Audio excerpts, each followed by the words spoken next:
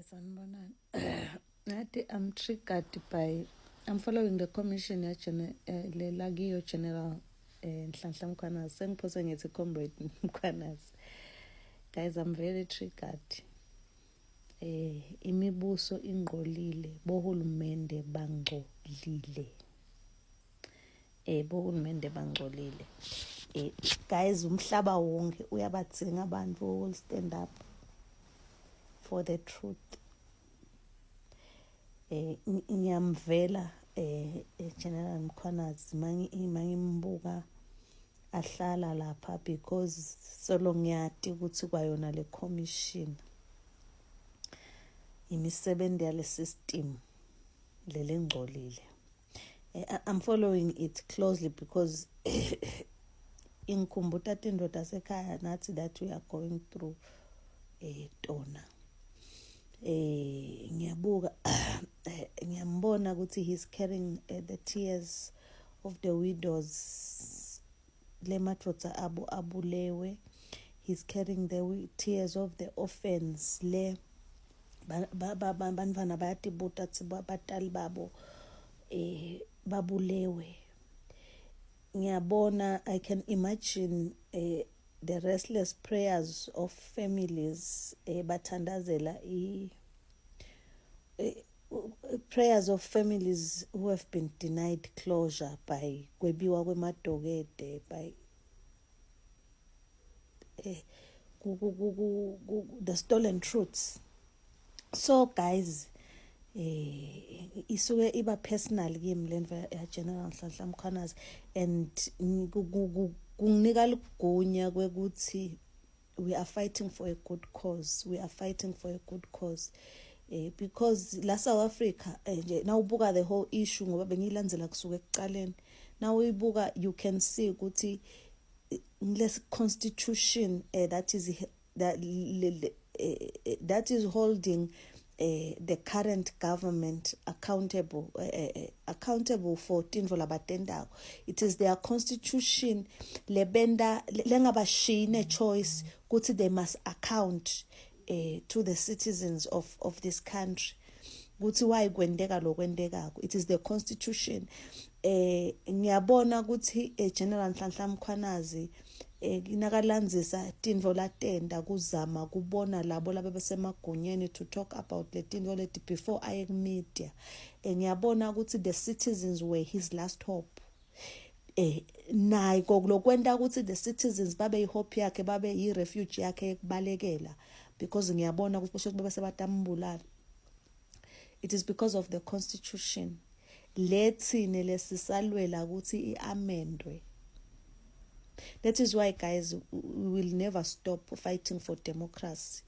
Noma singafa uthi Mahlangu, even if I can die, there are so many foot soldiers that will come after me. Noma singafa, guys, kwala bayawusala and stand for the truth. Because nangabe nje silive sine constitution lethi there's someone who's above the law, sine constitution lekunesicepho lesithi noma ngabakhetha abantu baye parliament but nabayishayile bonke lemithetho. Siyabona la South Africa parliament kuyavotwa, lama party ayavota for certain things to come to pass. Ngithi ke swatini constitution ithi kube nje ngila South Africa ngabe onke lama party bo AFF bo MK bo bani bo ANC, there's someone who's above onke lama party. Le constitution yethu ithi ngathi bashaye lo mthetho eParliament bo sihlelonzi konke kuphasile konke bese ifike ima ngemvumo ithi le yethu inkosi inemandla kwenza bonke labantu leni bakhethako. It goes back to Lenvo yethu. Then why are we voting people to go to parliament if they don't have power? That is why some members of parliament are languishing in Mswati's jail now, because bafike lapha bakhuluma la bekangafuni ukufa. So guys, we will never stop fighting for the good cause. Young Trikalisha nje Lenvo ya Mkhwanazi Inkumbuta indzaba ya Comrade Thulane ukuthi naye wabulawa till today umndeni awuna closure just because wabulawa state ngoba kwaze kwaba corrupt le criminal justice system konke kufile because how dare you give someone a bail who is out on bail aqale wabulala munye umuntu umnika ibail abulale wesithu umnika ibail abulale abantu labangu4 uphinze umnika ibail imibuso ingcolile guys. That is why kufa ukuthi asikhanza simile ngetinyawo sikhuluma liqiniso and we know ukuthi one day change will come. There's nothing that can stop Emasondlo a revolution. There's nothing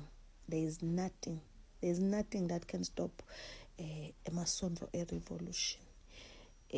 So noma ngabe singasekho kulomhlaba sesibulawele emaqiniso guys ukuthi umuntu othanza kuhlala etigangeni but there's someone lokumela sukume ukuthi umuntu othanza kusafelwe tihlobo agulelwe tihlobo angakhona kuyodibona but kuyasivuthuta ukuthi we are fighting for a good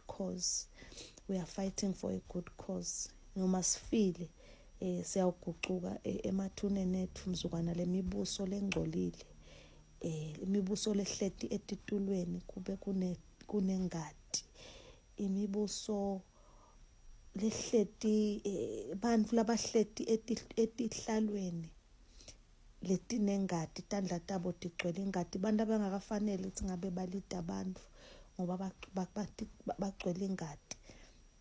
So we will celebrate emathuneni siyogucuka noma ngabe siyabe sesihambile emhlabeni mzukwana i-change ifika mzukwana kuwa imibuso le heartless that preys on innocent people's blood. So nje lemva ya General Nhlanhla Mkhwanazi yangitriggerisha ngiyabona ukuthi guys we must fight for democracy eSwatini because the government that is in place now here in South Africa lokubende ukuthi babe beti choice, it is their constitution, they had no choice, bekumele ba account to the public. Naye Nhlanhla Mkhwanazi usevwe le public because guys emavelane democracy